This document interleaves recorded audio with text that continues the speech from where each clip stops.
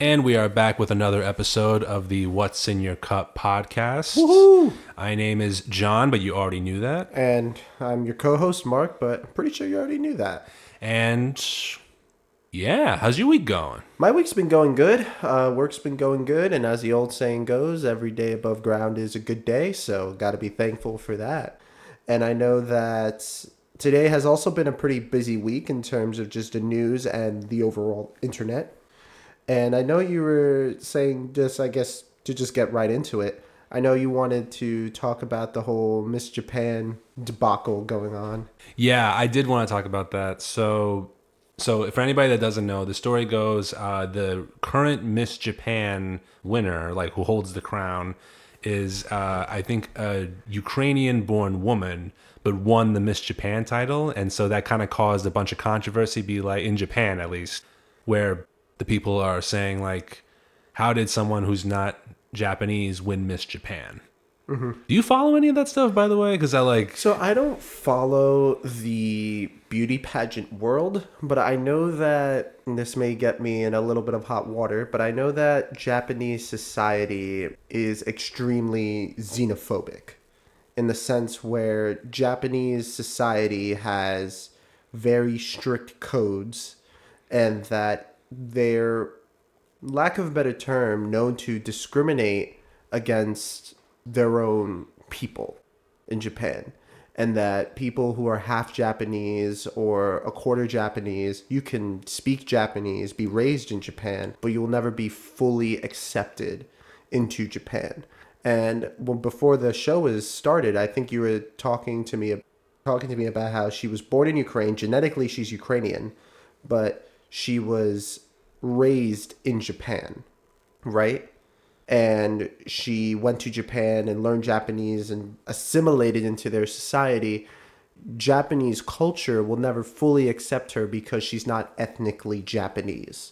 So there will always be that type of stigmatization in Japanese society. That there's this really interesting guy on YouTube who kind of explores this. He does like street interviews in Japan. I know who you're talking about. Yeah. I've seen these videos. Yeah, and he kind of like talks about like there's guys who are, children of British diplomats. Like that was one that really stuck out to me, that his English, he had a Japanese accent. Like his mother tongue is Japanese. Mm-hmm. He's a white guy whose mother tongue is Japanese, speaks English with a Japanese accent, but Japan and Japanese people, and when I say Japanese people, I'm just saying a collective term. I'm not saying all Japanese people, but as a collective, the Japanese culture rejected him because he's not ethnically Japanese. So he's kind of like, I'm always in this weird limbo because when I go to the UK, I'm not British because I don't have a British accent. I don't speak English. Mm-hmm. He speaks English well, obviously, but he doesn't,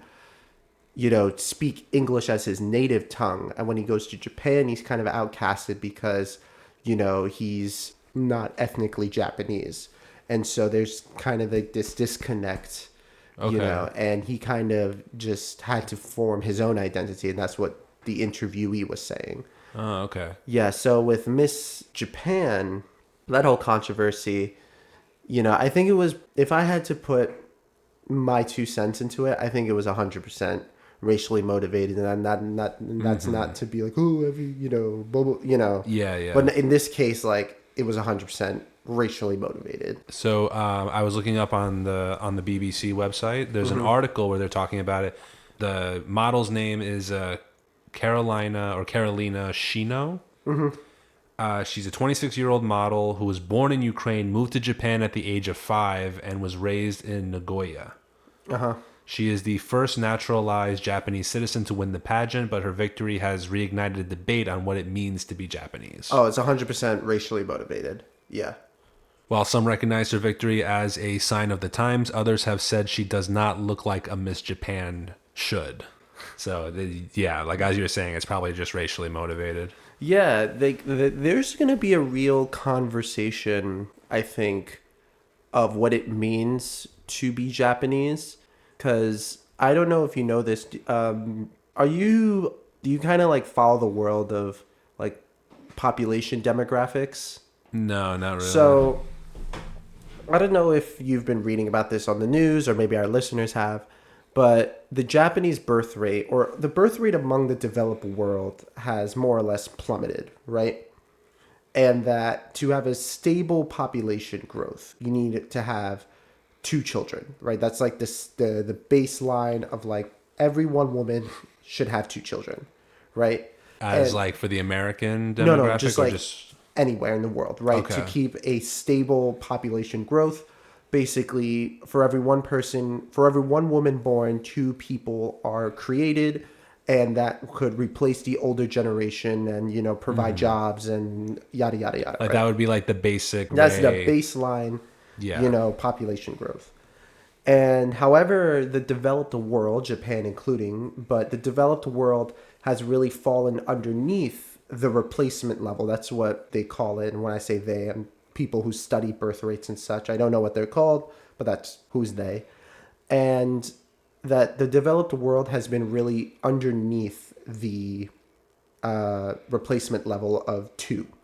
Japan, as well as South Korea, has hit rock bottom. Like, I think Japan is like one or less than one, and South Korea is even lower than Japan. I did hear something about how South Korea Yeah. has that problem where it's like, or like, it was an article that pops up because I have these bunch of news apps on my phone. It was an article that popped up where they were talking about how like the amount of people in South Korea that like go out or try to find a romantic partner or a sexual partner has gone down like 50% or something, like a Yeah. huge percentage for like an entire country. Yeah. But I didn't know about the Japan one. The Japanese are like the canary in the coal mine, where Japan, I believe, it has already happened, but correct me if I'm wrong, where adult diapers are outselling child diapers in Japan.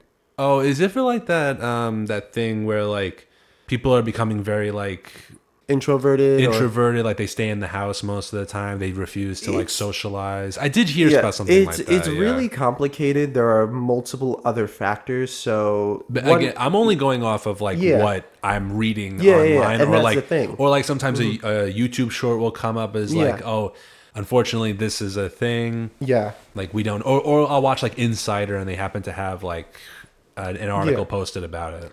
I think that there's a plethora of reasons why. One of the reasons is there's an argument that the more educated a society becomes, the less, rushing to have children are. Not saying that people who are educated don't have children, or people who are uneducated have a lot of children, but it's just like the norm or the trend line is that the more educated you are, you put off major life milestones later, and that you are more kind of like, oh, well, I need to be financially prepared. I need to have a house. I need to have XYZ in order to have a kid because I need to be stable. And so with the Japanese is that's kind of been taken to an extreme because you also have this, very toxic work culture in Japan where you are to put the company and the company's interests before your own. So it's very common in Japan to, let's say you have a 9 to 5, right? In Japan, your 9 to 5 may be like a 9 to 9, even though it's on 5 and your clock runs out at 5, and let's say overtime ends at 6. If the boss is still in, you don't leave. And then it's very common in Japan to go out every single night with the boss.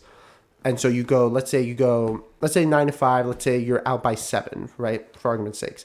You're not home at 8. You're going to a bar and getting drunk with your boss because that is what society has told you this is what to do. Really? So if your boss wants to get lit at the end of the workday and go to a bar for 2 hours, you have to be there with them? It is expected of you to show up. And again, we're kind of looking at this through a Western context of like, oh, just say no, or just like, don't go. It's like that's not. Well, there's differences. Yeah, that's not how the Japanese culture is really driven. It's a very like orderly hierarchy. There are hierarchies. And so if your boss says, oh, we're going to go out to drink, okay. And then Vice News did a really interesting thing about this, that for argument's sakes, your boss has one beer, you have to have a beer. And then if your boss gets another round, you get another round. You know, you match your boss, and then you go home, you sleep, and then you get up, and then you go do it all over again the next day, and then the next day, and then the next day. So if you go home and you're all fucked up, hungover as shit, you still gotta like you still go to work, do it. and then it's again the next day. And you know that I'm has like a mental health burden, because if you're just working all day, you know, you don't have time for a relationship, and you don't have time for all these things. yeah, your life is like Your dedicated life is work. to work. Yeah. And the Japanese government has really tried to crack down on this. And this is like a broader problem all throughout East Asia. But, you know, there's this kind of this mindset of like, okay, let's say your company decides to follow the government's rules and like, no, 5 o'clock happens. Maybe once in a blue moon, you know, you go out as a company, but your workers need to go home. But my company isn't doing that. And if I'm putting the extra hours in, I'm going to topple you, and I'm going to put you down, and I'm going to be the successor. So there's just kind of like this peer pressure among industry partners, or peer groups, I should rather say, where, yeah, on the books, you're supposed to go home, but culturally and society are doing a completely different thing, because society has always done this. And like China has this thing called 966. So it's 9 to 6, 6 days a week. And that is like the norm. That is a normal working schedule in China. Okay. So it's like, imagine working Monday through Saturday, 9 to 6. And that's not including overtime. Damn. Okay. Yeah, so I can see why. and so like going back to what it like means to be Japanese, right? With the birth rate declining, some people have argued to supplement ethnic Japanese people not having kids, we should allow immigration to come in. Japan has always been very against legal immigration, right? Like the Japanese, again, culturally are a very xenophobic society. And that you can visit Japan, you can live in Japan, but you can't be Japanese. That's how he's been kind of like the mantra, okay. right? And so, yeah, foreigners visit Japan. They, you know, they're not like... They're probably not the only country that does of course, this. This happens all over the world. 100%. This happens all over the world. You're absolutely right. But where it gets different with this is that, like with this Miss Japan thing, is that, yeah, you know, on the surface is, oh, you know, we love everyone and blah, blah, blah. But like now it's like, she's not Japanese. And so there was an article, I forgot where it was, where it's like, in 50 years... the population of Japan, let's say for right now, is 130 million, right? By, I think it was 2070 or 2080, that's going to become like 80 million. That you're going to have 40 million people or 50 million people die, and you're going to have this gap, right? And so there are some economists who are saying Japan needs to allow immigration to come in, but there's this real big pushback to like, no, this is, you know, Japan, this, you know. And so there's this kind of like this battle of what it means to be Japanese. Like, for example, let's say in 30 years, you can have a white guy sitting at a table, you know, like culturally Japanese in terms of like mannerisms, language, you know, social cues, but would he be accepted as Japanese? So that's where I think, like, when you were saying this is like a sign of the times, it's very, you know, it's asking a lot of questions. Yeah. And I think changes like that, at least as we see it living in America, is it usually starts with like a government level. Yeah. They issue something. And then the perception of it from like a social level changes just as the generations kind of die off. Yeah. Like you can't, like somebody that's been living a certain way, you can't teach an old dog new tricks, right? So once they're stuck in that mindset, it takes like something remarkable to either change their mindset, or you wait for that generation to kind of die out and the new norm takes over from the current generation. Yeah, like I would say in the US we have something similar, where you definitely have, you know, communities where, whether that is a monolithic community or racially monolithic community, that doesn't want to see that change, right? And this is where it's going to get really hot water. But, you know, you have it is, er, lack of a better term, it is expected that when there's radical change, and when we say radical change in demographics, we're talking about less than 100 years, right? Within one lifetime, radical change, there's going to be really intense pushback from the population, right? So, like, think of, for example, New York City, right? 100 years, right? You had neighborhoods changing, right? But there's always been huge pushback against it because people, let's say, grew up in a neighborhood and then they're attached to that neighborhood and they have memories from that neighborhood, whether it was an Italian neighborhood, a black neighborhood, Jewish neighborhood, and then they go back to show their children what the neighborhood, and it could be something completely different than what they've grown up in. They kind of feel like in a world, like strangers in, their own land, air quotes. And so it's just really interesting to see it happen as like a whole country. Like, we're used to seeing in neighborhoods or sections of the country. Yeah, yeah. This is like in all of Japan going through this. And it's pretty interesting.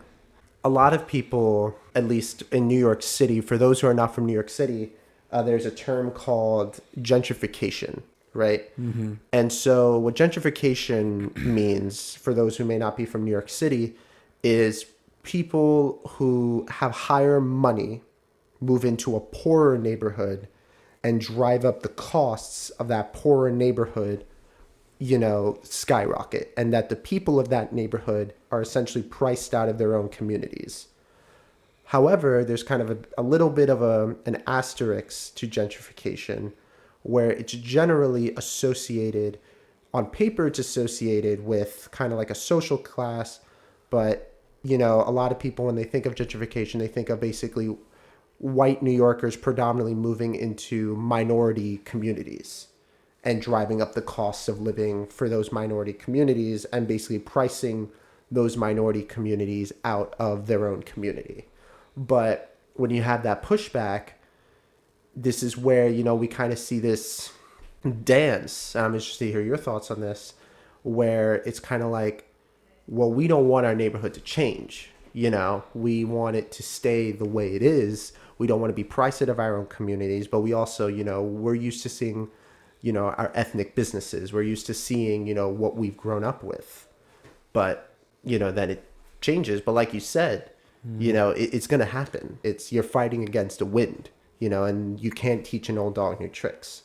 Over time, it's going to change on its own over time. Like people that come in, they move out, cultural changes that come into effect, whatever's the popular thing of the time, especially since America is basically, they just change like popular cultures every single year, depending on how depending also on how those cultures adapt to modern day changes. You could say that keeping things the way that they are because you think that they're perfect is also a bad thing because you're not adapting to change. Yeah.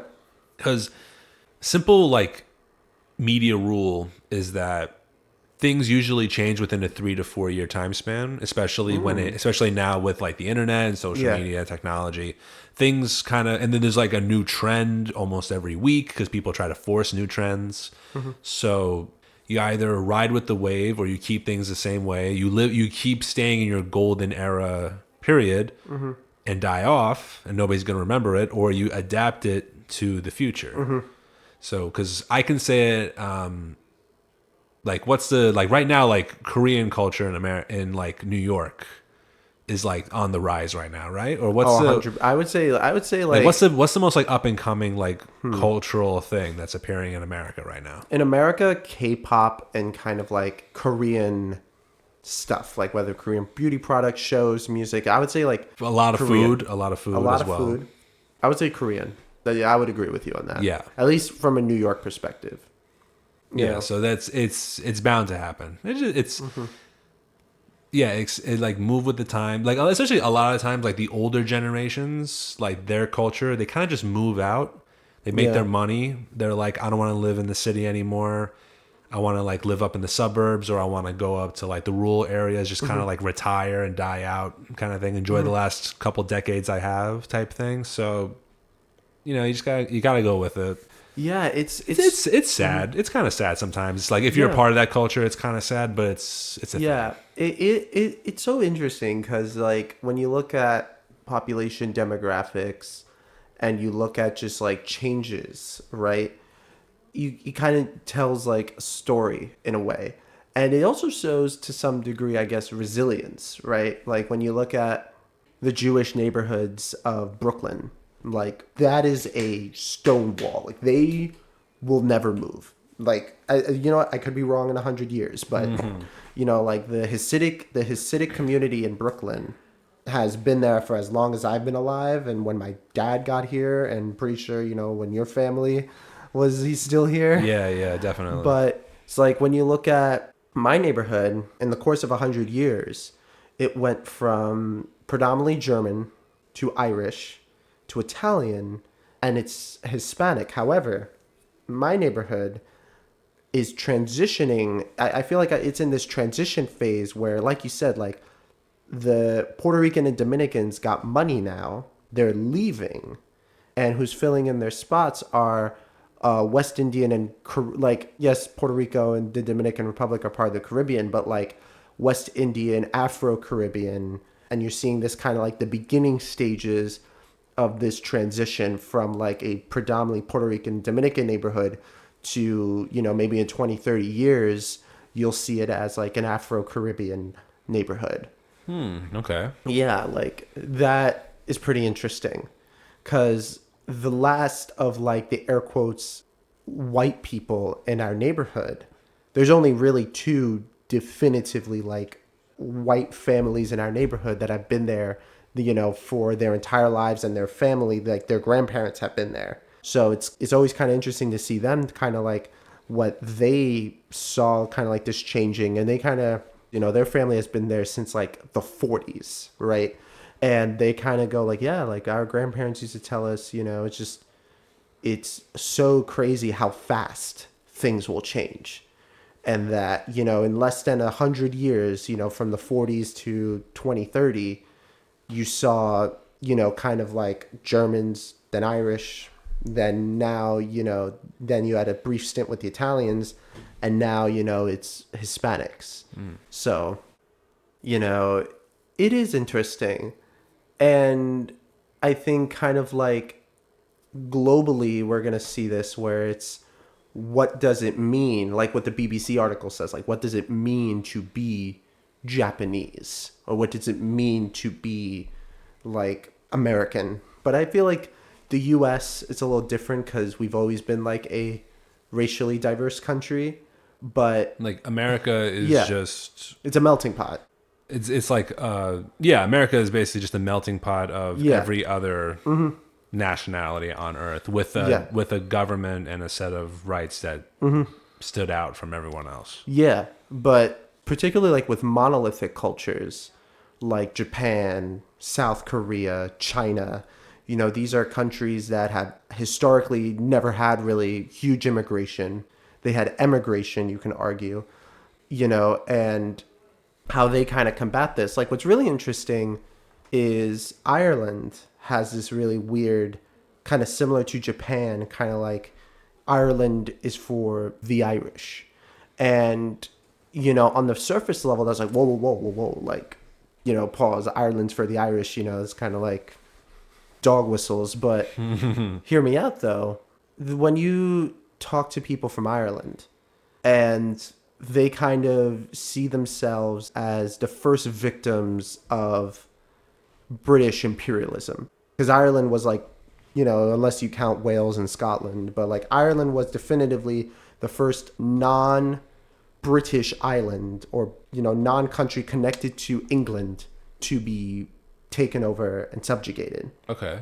And, you know, it was in the 1600s, you had Oliver Cromwell, who just massacred Irish Catholics, like just killed them. And Ireland had, you know, this period of emigration, the potato famine, right? And the Irish diaspora, like there are more Irish people in America or of that claim Irish ancestry than Ireland.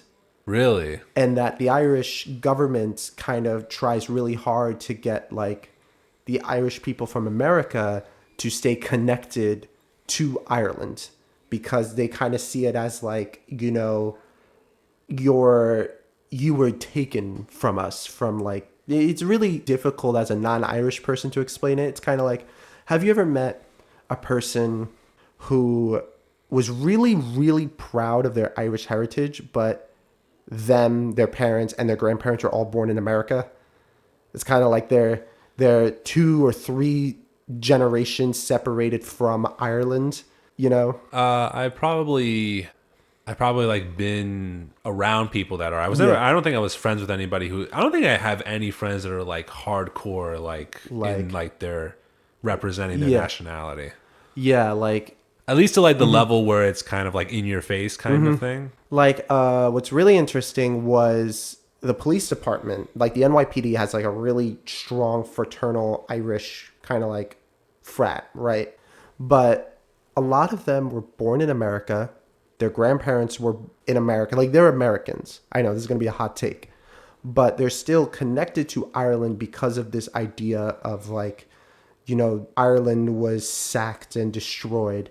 And this is where this comes back to kind of like what we were talking about with East Asia, where Ireland wants to bring, you know, non-ethnic Irish to help supplement their declining birth rate. And the Irish people are like, no, why do we have to do this? You know, like, they're part of the European Union.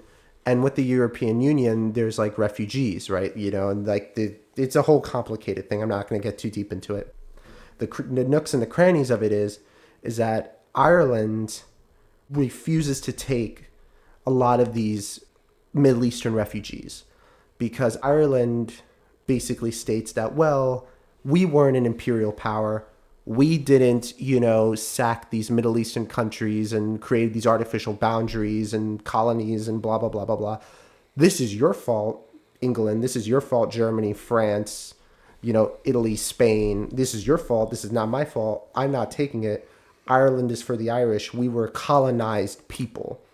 And our people deserve to have a country to come back to explore their roots. You know, in a weird way, they kind of see like themselves as the motherland of the Irish identity. Like, if you're Irish, you need to come to Ireland to see your motherland, even though you were born in America and you have no real tangible, I should say, connection to Ireland. You know, so it's Okay. it's pretty interesting, you know. I could see that argument though. Like, come back to see your culture. Yeah. Like, Italians are the same way. Like, they're like go to visit Italy or to see like your village that you came from, or if your family's like from a farm, like you can still go and visit even though like you don't own it anymore. That kind of thing. So yeah, I can see like keep it like it's just, I think it's just a part of keeping in touch with your cultural roots in a way. So I can see why. Yeah, it's just really interesting. And, you know, like when you talk about, I guess, you know, colonization and, you know, like imperialism and all of that, it gets really murky because people, especially in the United States, tend to view all of Europe as like all of Europe colonized, and Europe as its entity is guilty of, you know, colonization, imperialism, all that. Well, you know, your stance on that, you know, is your stance, but just in general, that's what people like to think.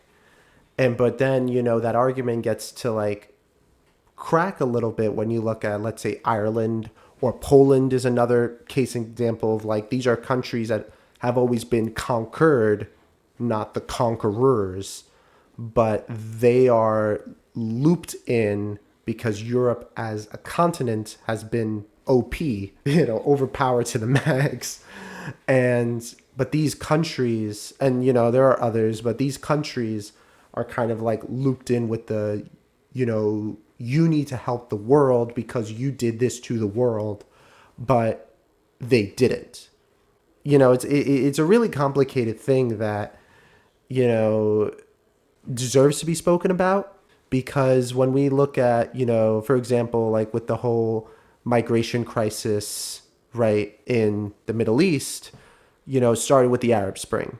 But people will go, oh, well, you know, the Arab Spring would have never happened if the French and the British didn't, design and draw lines in the Middle East basis just straight lines, but took ethnic communities into consideration, right? And, all these wars in Africa would have never happened if the British and the French and the Germans and the Portuguese just, took ethnic considerations, right? But then when like an Irish or a Polish person comes in and then they go, well, I didn't do that, it becomes very like, well, the wheels begin to sputter, right? And so like when you have like an Irish person who would go like, well, Ireland is for the Irish, right? People on face value will first say, oh, dog whistle, this person hates anyone who isn't white.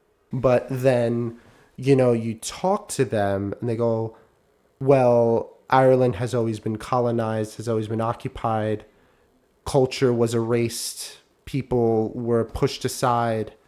And our people live in more of our people live in other countries than our own. They deserve to have a country to come back to, like you said, to see their roots. And so it's an interesting thing. And I definitely see like, well, Japan and East Asia can make that argument. But yeah, like that's where it begins to have a real interesting look. So like looping all the way back to Miss Japan, it's I think her ouster because she was forced to resign, right? Well, the reason why she gave up her award, like the crown for Miss Japan, after she was caught having an affair with like a fitness influencer who was also married. Was the fitness influencer Japanese? Let's check. While you're checking, do you want me to explain the drinks? No, let's cover this first. Alrighty. We'll do the drinks. Okay, so this article I'm reading on the Washington Post says that the scandal broke last week when Japanese tabloid Shukan Bunshun published a story claiming that Shiino was in a relationship with a married Japanese doctor. In a statement that has since been deleted from its website, the organizer of the pageant said Shiino was not at fault because the man told her he was single. But on Monday, the Free Wave modeling agency, which represented Shiino, said new information had come to light. She became aware during the relationship that the man was married and continued to date him afterwards. Not saying that is the right thing to do in terms of having an affair with a married man, but I think the question is that if she was ethnically Japanese, would this have happened, right? And so this was, I think, definitely not a plot, because that's kind of a stretch, but this was their way out of, because Japan is also a very socially conservative country, where you don't have there's affairs that happen in Japan, but like, there as a whole, PDA is not like as acceptable in Japan as, let's say, France, right? And so stuff like this, especially if you're not ethnically Japanese and you've won this very prestigious award representing Japan, this is definitely kind of just like, all right, she got blowback because she's not ethnically Japanese. People are angry because she doesn't, air quotes, represent Japan. So this is our get out of jail card. Yeah. Boot her and give it to an ethnically Japanese woman. So to keep going from the article, since you're talking about this, it says, Shiino confirmed this in a statement on Instagram. There was some discrepancy between the facts and what I explained to my agency. I was unable to speak the truth due to confusion and fear. She said that she was stepping down as Miss Japan 2024 and had requested that her agency terminate her contract, which is kind of a stretch, in my opinion. What the agency is terminating her contract? No, she says, I'm stepping down, I'm returning my crown, and I've requested that my agency terminate my contract. She's probably just...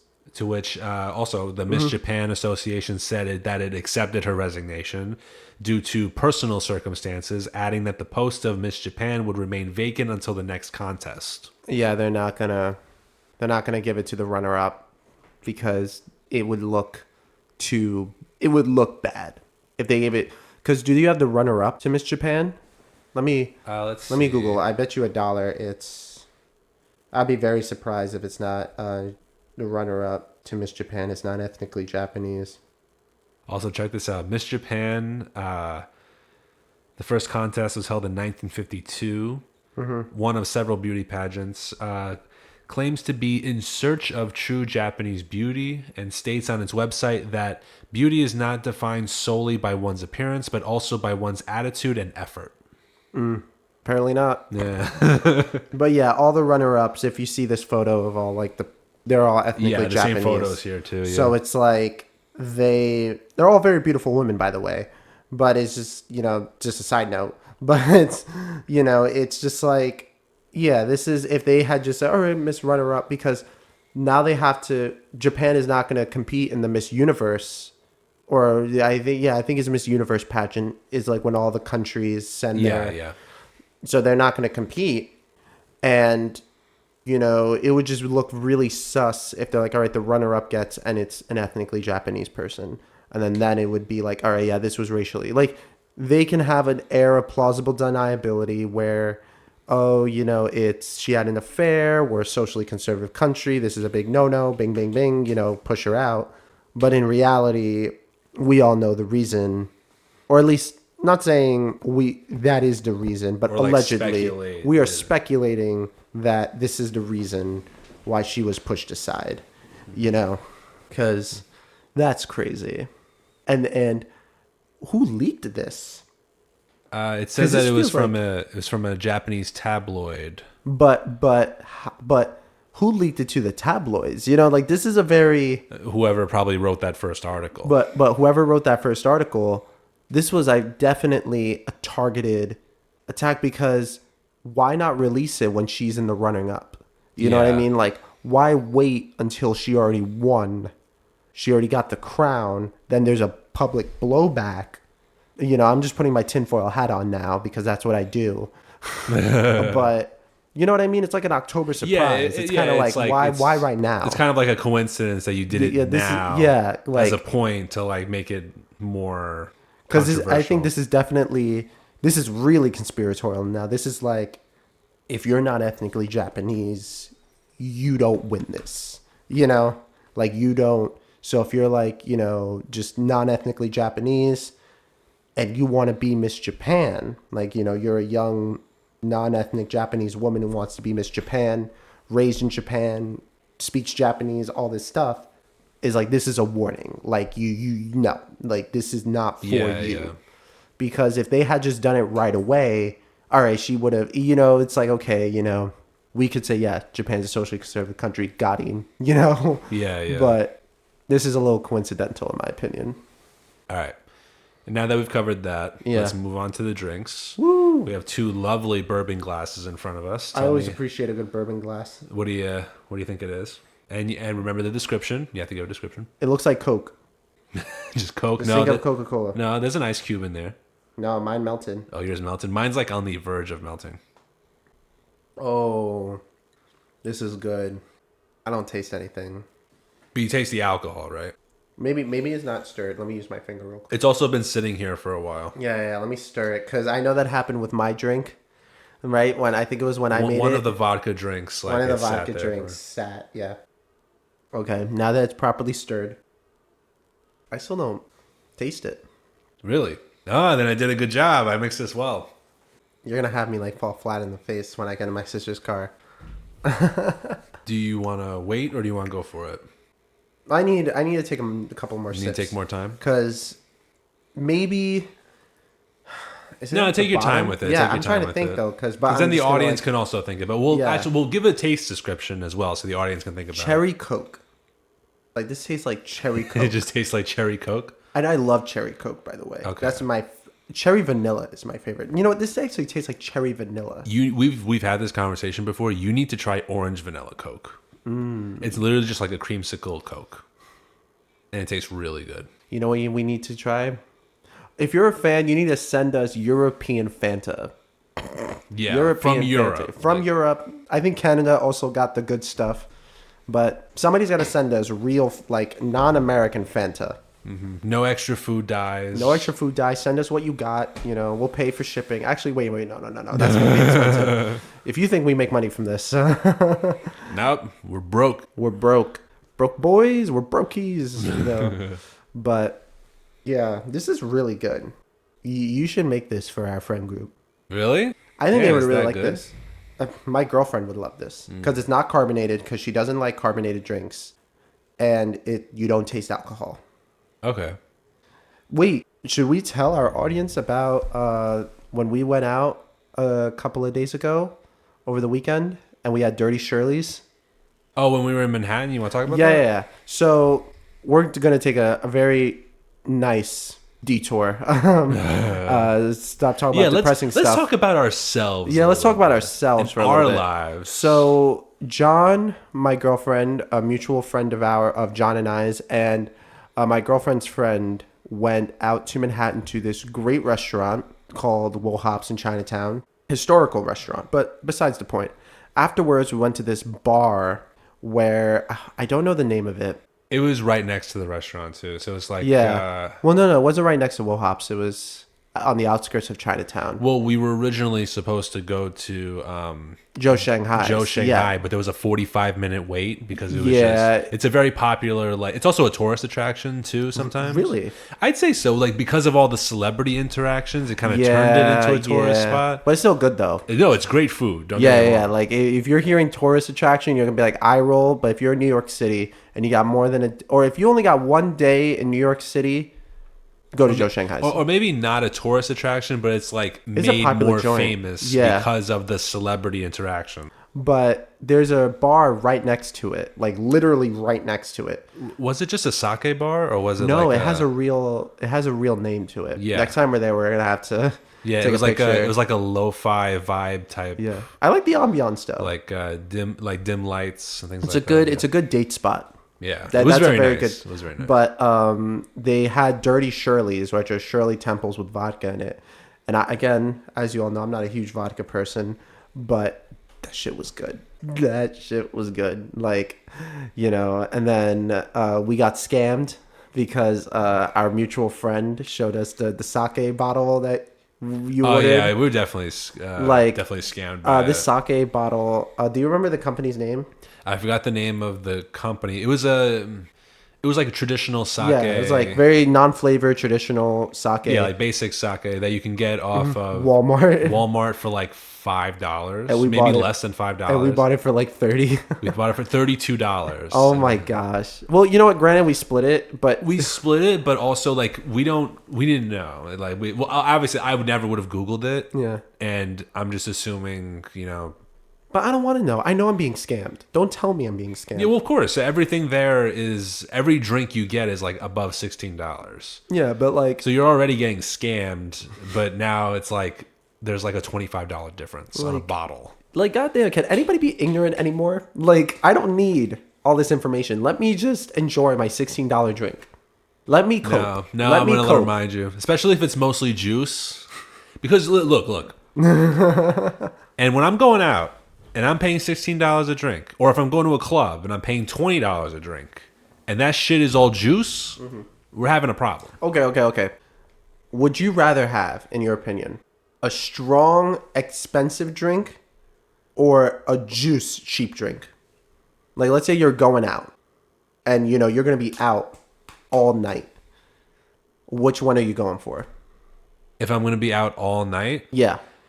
probably cheap juice. Depends. Like now that you said like the time frame, if I know I'm going to be out for hours at a time, Yeah. I'll do cheap juice. Okay, let's say like 4 hours.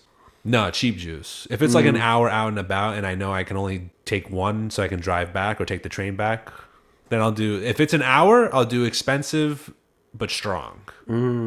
But if it's going to be like 4 hours, 5 hours partying in a club, I'm going cheap with the juice. For our audience, explain New York City club life because contrary to opinion, I've only ever been to one club. Which one? Vita Verde. I haven't been there yet. Very good club. But it's actually technically a restaurant, but like it turns into a nightclub. It's weird. Like they have a dance floor. Yeah, they have those all the time. But so explain to those like New York City nightclub Like, for example, Yeah, just how it works. yeah, like Yeah. my dad had a friend in EMS that actually worked as a bouncer at one of New York's most exclusive nightclubs, and he told me that, and I'm not gonna name his name, but he told me that nightclubs have people who they hire to go around the club and talk to the bouncer to let them in specific people. So, like, for example, let's say, you're walking around the club and you would radio me and go, there's too many brunettes, blondes.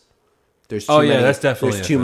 many, like, there's too many, we don't want a sausage party. Stop letting men in. No, no, it's definitely You know. a thing. Especially so also certain club spots will be the type to like, or even bars for that matter, they'll only let guys in if they have a girl with them. Oh, they got to keep the ratio.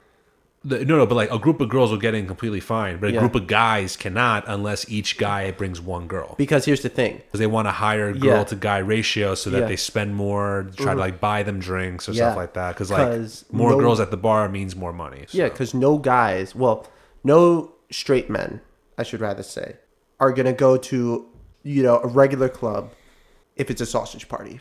Nobody's absolutely, doing that. yeah. Nobody's doing that. Like, Unless it's like game day for yeah, the sport yeah, team. yeah, that's different. But nobody's going to a club to watch a football game, though, Yeah, everybody's going to a club trying to like smoke, drink, get laid, Yeah, exactly. and party. That's it. Exactly. And it's just like, I remember my dad's friend told me, also there's age. Like, age also plays a big factor.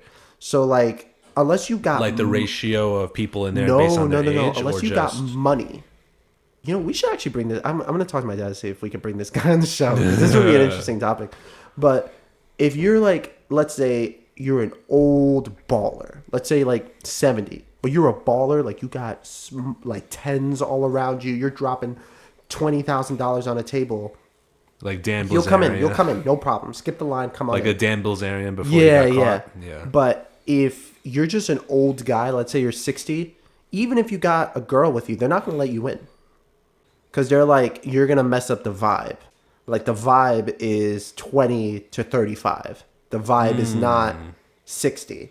My dad was like, oh, like, would I be able to get in even if I bribed you? And his partner was like, no, you're not getting in. Like, the most money he ever seen somebody drop at a club, at this club, and he never told me the name of it, was coincidentally a Japanese ambassador, or not ambassador, but a member of the Japanese New York consulate. Okay. That came in with the state of Japan's credit card. Like, this is like the Bank of Japan. Really? And dropped $50K In one night. in one night. He had girls Hell all yeah. around him.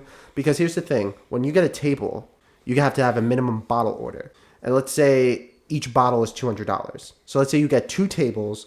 The tables are already like $2,000. So that's $4,000 plus a minimum order of 4 bottles at $200. That's $800. That's already $2,800 just to sit down. And let's say you got 5, 6 girls. They're all going to be ordering their own stuff. Yeah, like $50K, bing, bing, that will rack up real quick. $50K. Like, Damn. We got to get in the club business.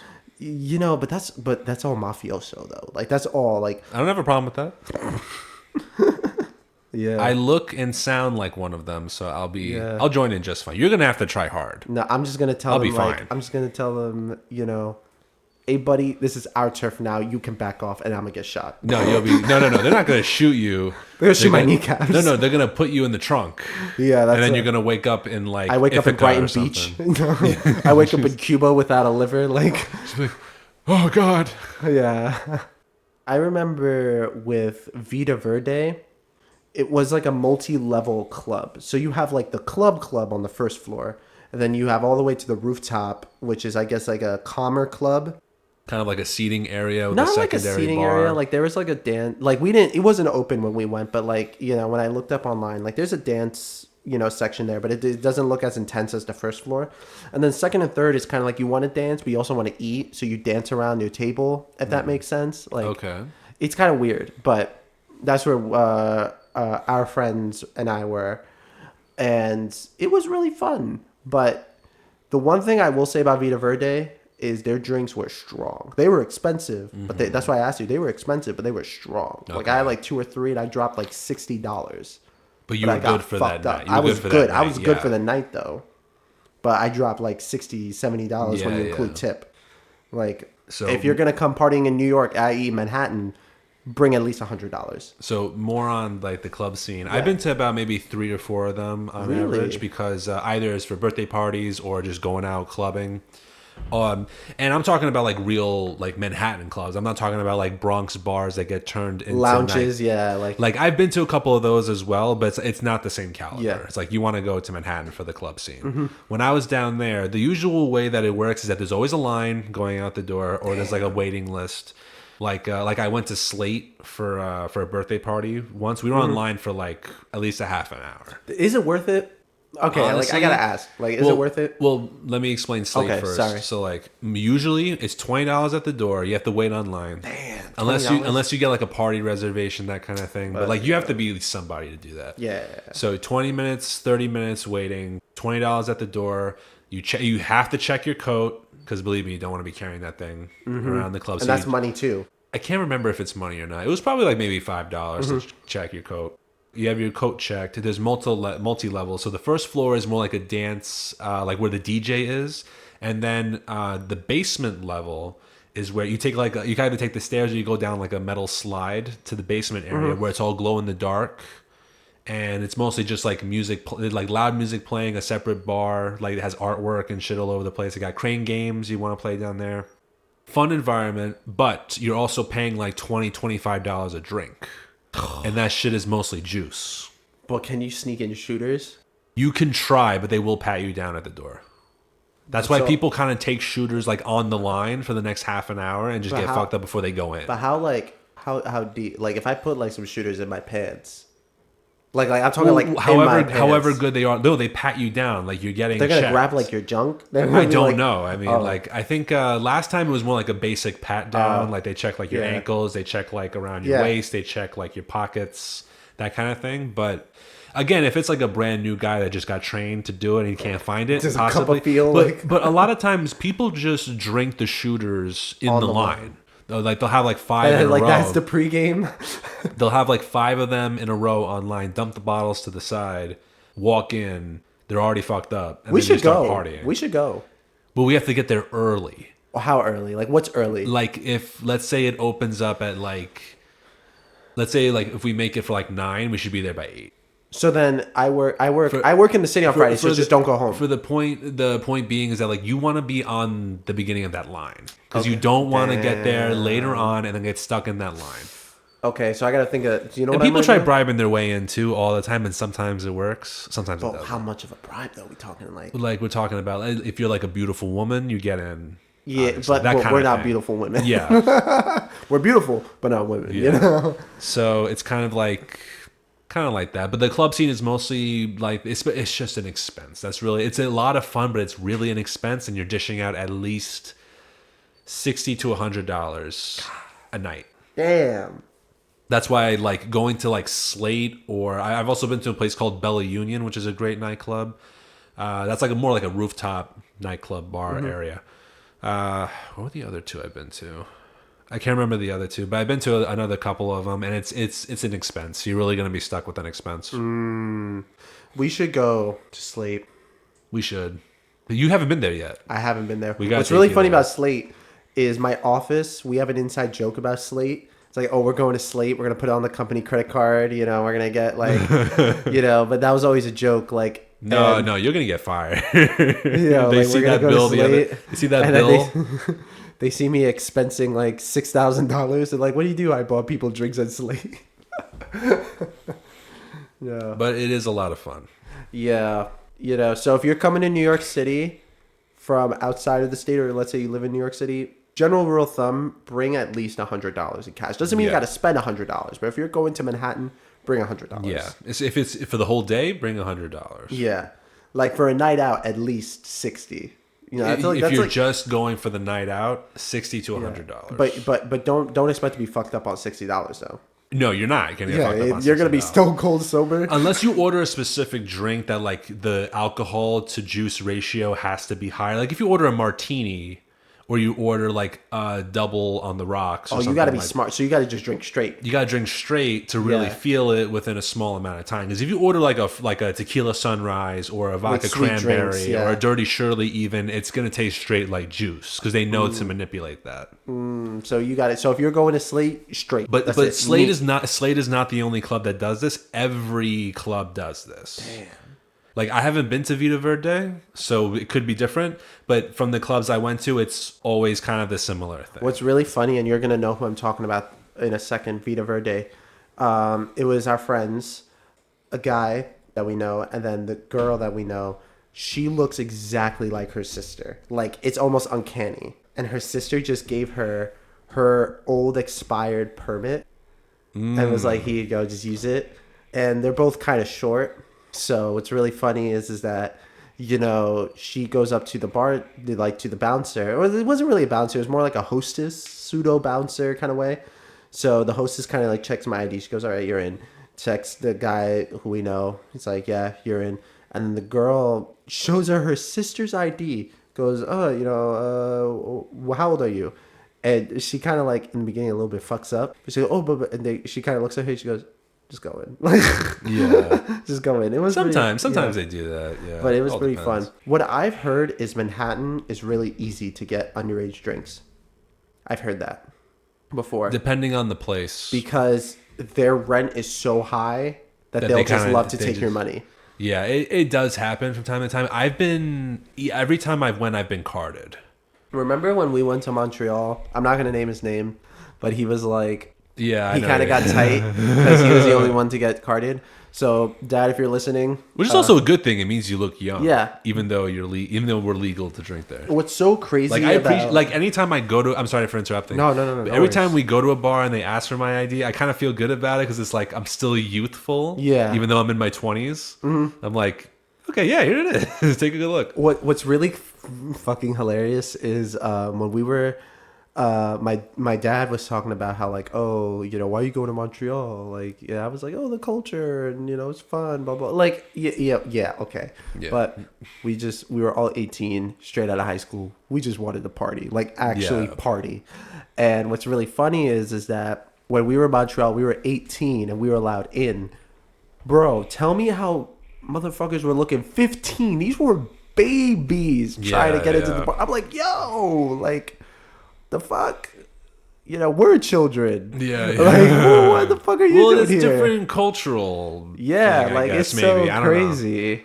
You know, shout out to Piranha Bar on Rue St. Catherine. Yeah. Shout out. That was. Go visit that bar if you're in Montreal. Tell them Jon and Mark sent you, and they're gonna be like, "Who the fuck is that?" And we were completely like out of place the entire 100%. time. This is like a metal bar. Yeah, it was a metal punk rock bar, and we're dressed like white people going for a golf game. Oh. You know, Montreal should be a separate episode. We should. I feel like Montreal should be 100% a separate episode. So we're just giving you a little preview on that. You know, but just to summarize it. No, don't summarize the trip at all. No. I'm not summarizing. I was like, to summarize the whole like nightclub like scene. How would you say it's worth it? Or like, okay. Yeah, it's definitely worth it. Just make sure you're not blowing out your bank account every night. That's the thing. Like, okay, how easy do you think it is to spend, let's say, $500 at a club? Like, if I gave you $500 and it's, let's say I just gave it to you and I was like, spend this. If you're a rookie and you're going in with $500, spending it, you're going to be kind of reckless with it. Mm-hmm. But that's also different. Like, if you're a guy making six figures every year and you can afford to live in the city lavishly and not have to worry about paying this, and that, you can drop $1,000 a night and still be good. Shit. But if you're poor like me, and you're going to the bar and you got to make sure you're counting the $20 bills you're spending every night, it kind of sits in the back of your mind. Yeah. And also, if you're a lightweight and you get fucked up easily and you get caught in that trap of buying drinks for your friends or just buying shit for like a beautiful girl at the counter, you're fucked. Side note, do you think those girls are plants? Plants? So, okay, so there's a conspiracy. I don't know if you know what I'm going to be talking about, but there's a conspiracy that some clubs hire women to specifically go up to men, flirt with them to get them to spend money at the club. So, like, let's say I go to a club, right? I'm sitting at the bar. all the boys are out dancing with girls, and all of our girlfriends are vibing. Someone just kind of walks up to you. They put their hand on your shoulder. Yeah, like a beautiful woman comes up, puts her hand on you, kind of like just chats you up for like 20 minutes. It's like, oh, why don't you buy me a drink? Drop, money. She drinks with you. She goes, why don't you buy me another drink? But before you know it, she's asking you to get some bottle service, and she brings you to a bunch of her friends who are all also plants, and you're dropping like $2,000, and I think you're gonna get laid with the supermodel. Yeah. Okay, see, the thing with that is that sounds like a conspiracy. It's really not, and here's why. See, that's just women taking advantage of men at a club. That's not a conspiracy. But there's a difference. And here's how I know. Here's how I know this is because I would go with groups. We always go with groups, and they pull that shit right in front of me all the time. Especially with the bartender, they'll always ham it up with the bartender. Like they kind of push their like cleavage out a little bit, kind of like give them a little eye or like a smile. Be like, oh, especially if it's their birthday. Oh, look, it's my birthday. Yeah, like that kind of shit. Women already do that. So saying that it's like conspiracy that they'll come up to them, like, no, that group of girls came out here with a plan and knew what they were doing. They don't have to be, because then why bother paying someone to do that when they do that on their own? Well, here's the thing though. They get a commission. So this whole conspiracy is like they're plants that get you to, let's say they convince you to spend $1,000, right? The girl who raked you in got you to spend, maybe I'm not explaining it correctly, like basically she's an employee of the club, right? Like and a she is salesperson. told you have to sell this alcohol. Like you have to sell Crown Royale. Like a salesperson. Yeah. Making so you're just going to Okay. go to this man and buy every drink where Crown Royale is an ingredient in it. And you got to sell Crown Royale because Crown Royale sponsors this club. And you're going to get this lonely man. You're going to make him think he's going to, get lucky. He's going to make you get home, blah, blah, blah, blah. And then you're going to make him drop $1,000. And let's say you sell $1,000, you get $300 off of it. And let's say she does 2 or 3 guys a night from like 9 p.m. to like 6 a.m. And that's $900 a night she's making. That's where it's coming. So like, yeah, like women will take advantage of some guys. Like someone will take advantage of some guys to get a free drink. But this is like a different level. This is like her job is to gas you I up. haven't heard about this, but when you put it like that, it could be. But I'm more preoccupied with like the groups of women that do it Just already, that already do it on their own. Like they plan how that crazy, shit out. How crazy would it be if you were like, you just straight up ask her, are you a plant? Like, are you here? What if you bring up the whole like, no, just bring up that you have a girlfriend. Oh. And see how they react. What if they're like, and I don't be like, care. yeah, my girlfriend was supposed to come out tonight, but I guess it didn't work out. Or like try to see like what the reaction is. What if they're like, well, she's not here. Like I think they're taught like plants. I don't know about regular women, but plants, I think they're taught like that. Bro, I'm telling you, these girls know what they're doing. Even if they're not plants. Well, yeah. I definitely think there are some like regular schmegular girls that just have no morals whatsoever. Yeah. But like plants though, if they're true, I feel like they're trained. Like I feel like they're trained how to go through all of these Or you could pull different... some like, oh, you don't have your own money with you? Like, you can't afford your own drink? You can afford that Louis bag, but you can't afford a drink? But I think that they, like, plants will select their targets very carefully. Like, they're not going to go to, let's say, you. No, but you got to mentally prepare yourself before you get there. But think about it, you have to teach yourself to know how to show up with spot this them. girl. But here's the thing, though, right? Nobody ever wants to think they can't pull a 10 or an 11, right? But who else is gonna know? Who else is gonna know? But wait. Let me. All right, I'm standing up right now. Or not standing up. I'm sitting up right now. Like, think about it though for a second, right? No person wants to think they can't pull a supermodel, right? And all people are beautiful, right? Like, I'm not saying like looks 100% better, because people can be smoke shows but be terrible people, right? But when you got a couple of Jack Daniels in you, you're single. Emphasis single. You're single. You got a couple of Jack Daniels in you. You're feeling yourself.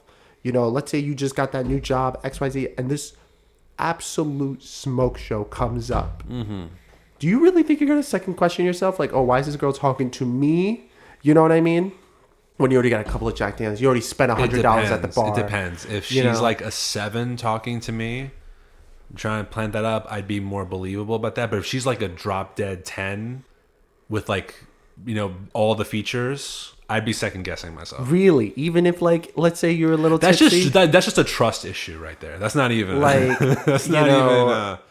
like that's the thing. I feel I've like seen that's enough what these movies plans. to know where this is going. I'm either gonna get lucky or one of my kidneys is gonna get stolen. But no, but the plans like just rob you in broad daylight. Like they'll just be like gassing you up, bringing you to the table. They're like, "Oh, bartender." Blah, Oh, wait, blah, wait. blah. Then should you ask them, are you by yourself or are you with a group?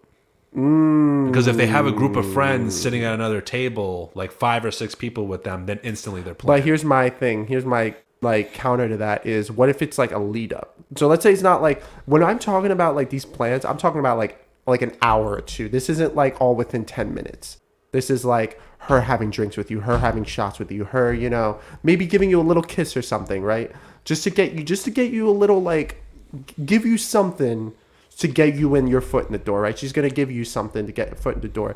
And then the plant brings you like, oh, I got all my girlfriends back there. Like, kind of just like, just alluding to, you just joining the party. You're the only guy, blah, blah, blah, blah, blah, and they bring you to the booth, VIP lounge, all this shit. Like, you think you're a big shot now before you know it. You wake up tomorrow morning and you got $5K just gone. debited out of your account, That's what I'm saying. Nah, it's just this is a straight up fucking like trust issue.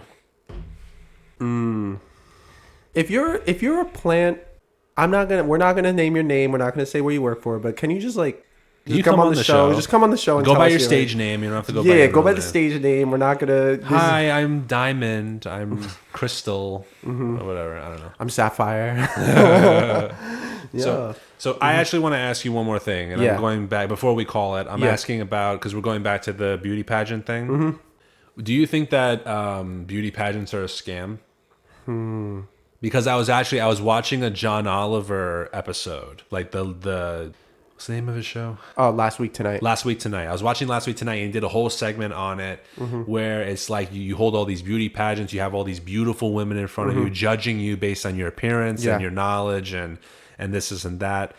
And like in his whole episode, you watch that episode. It's a great episode. So, but what do you think about like beauty pageants as like a competition? Do you think that's just like because also it was developed by men? Yeah. I would say beauty pageants. Again, I don't watch beauty pageants, so I'm just taking this strictly at face value, surface level, like not even breaking the water off the iceberg. Yeah, the only time I know of a beauty pageant is like Miss Universe or Miss America or whatever the fuck. I think beauty pageants, first of all, I know that beauty pageants aren't just strictly about looks. Like you have to know about world events, you have to have a talent, you have to have like, it's like there are segments to to win, right? So you have to be reasonably smart about world affairs because they ask you about world affairs. They ask you like, oh, do you play an instrument, do you have a talent, so you have to have like all these things. I would say on the surface level, beauty pageants, are they superficial? 100%. It's literally a beauty pageant, right? But I think that just like the Formula One race girls, if that's what the woman wants to do, and she won the genetic lottery where she's smart and she's got good looks and all this stuff, then let her do what she wants to do.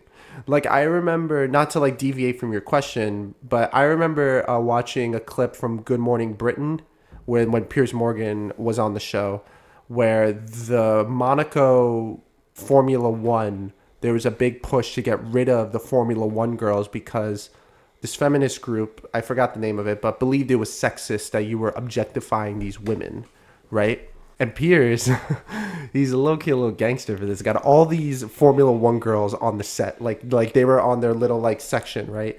And these Formula One girls were like, I'm not dumb. Like I'm not some dumb, just hot girl. Like I know what I'm doing.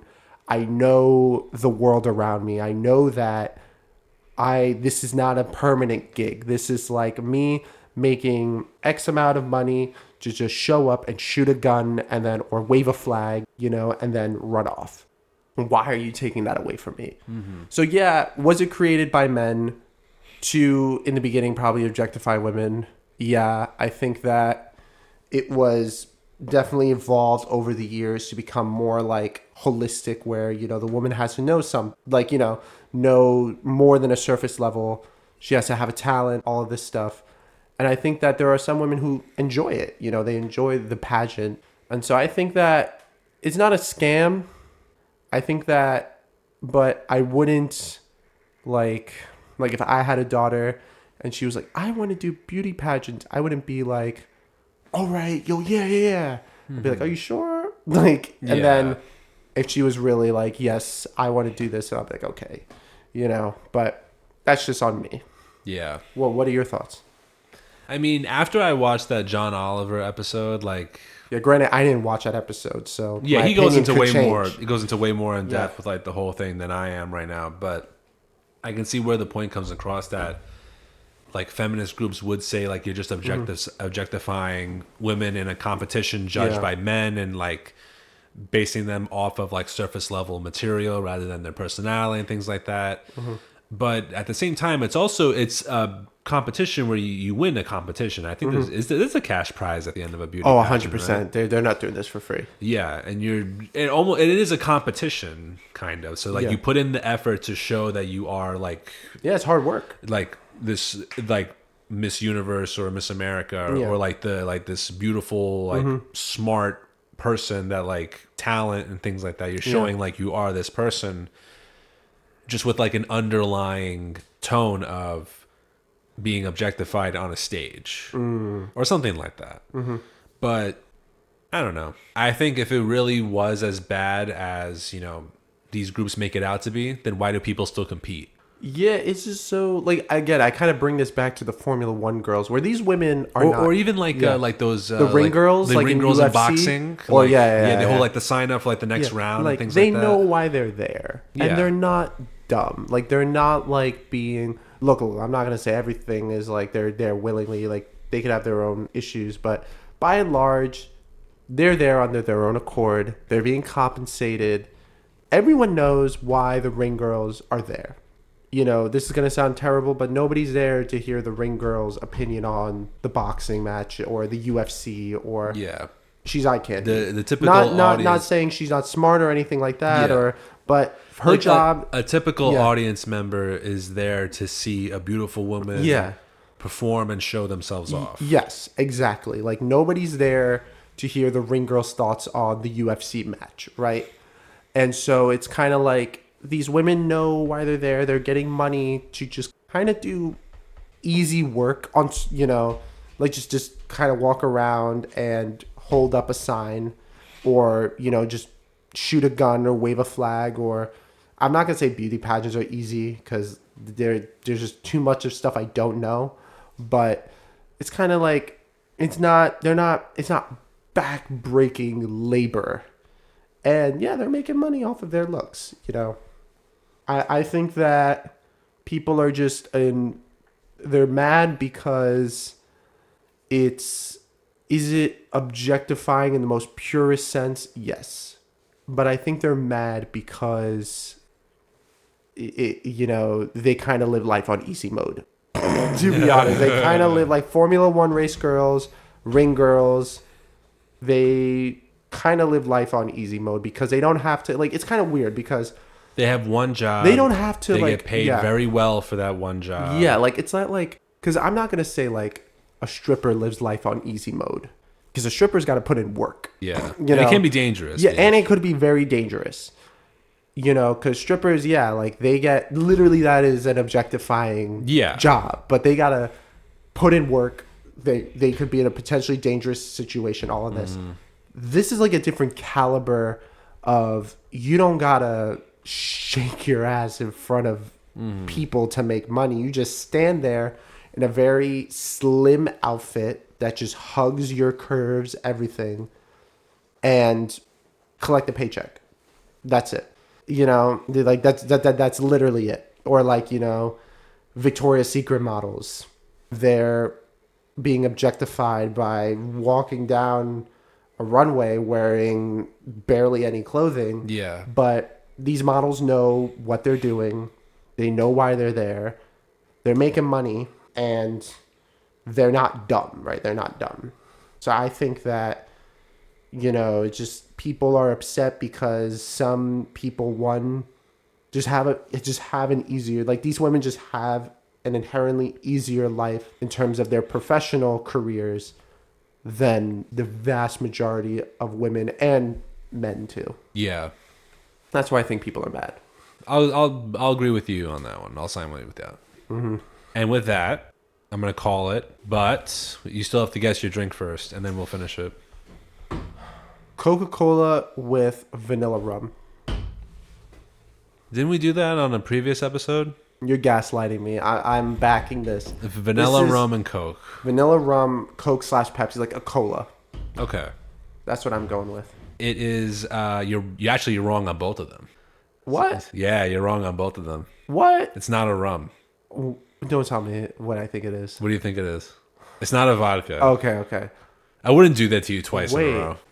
It's not a rum. A mezcal or like tequila? I'm trying to think of. No, if it was a tequila doesn't taste like that. I'm trying to think of like a sweet alcohol. I don't know. Like rum kind of is like the only sweet alcohol that I drink. Okay. And then what else gives that? What is it? Tea? Did you put tea in it? Is it like I'm not mixed going to tea? tell you until you. You know what? I that was kind of my best guess, so I'm throwing this in. So it is actually amaretto and Diet Pepsi. Damn, amaretto. Also, the reason why it wasn't carbonated is because it's probably just went stale. Oh man. So it's amaretto and Diet Pepsi. Oh. Amaretto and Diet Pepsi. That's a good drink. Have you had amaretto before? I never had amaretto. Amaretto is it's like similar to like Sambuca. It's like very sweet, very smooth Italian liqueur. Yeah, it was very sweet. I like this. I would definitely drink this again.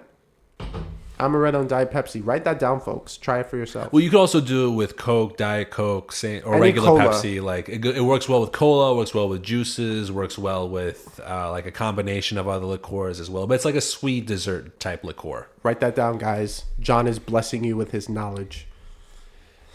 So yeah, I definitely recommend that. But with that, we're gonna call it for this episode. Thank you guys for watching. Really appreciate all of you, every single one of you. Yeah, and tell your friends about us. Tell your friends about us. Subscribe to our YouTube channel. Follow us on Spotify. And follow us on all of our social medias for upcoming content. Thank you guys so much. We'll see you on the next episode. Arrivederci.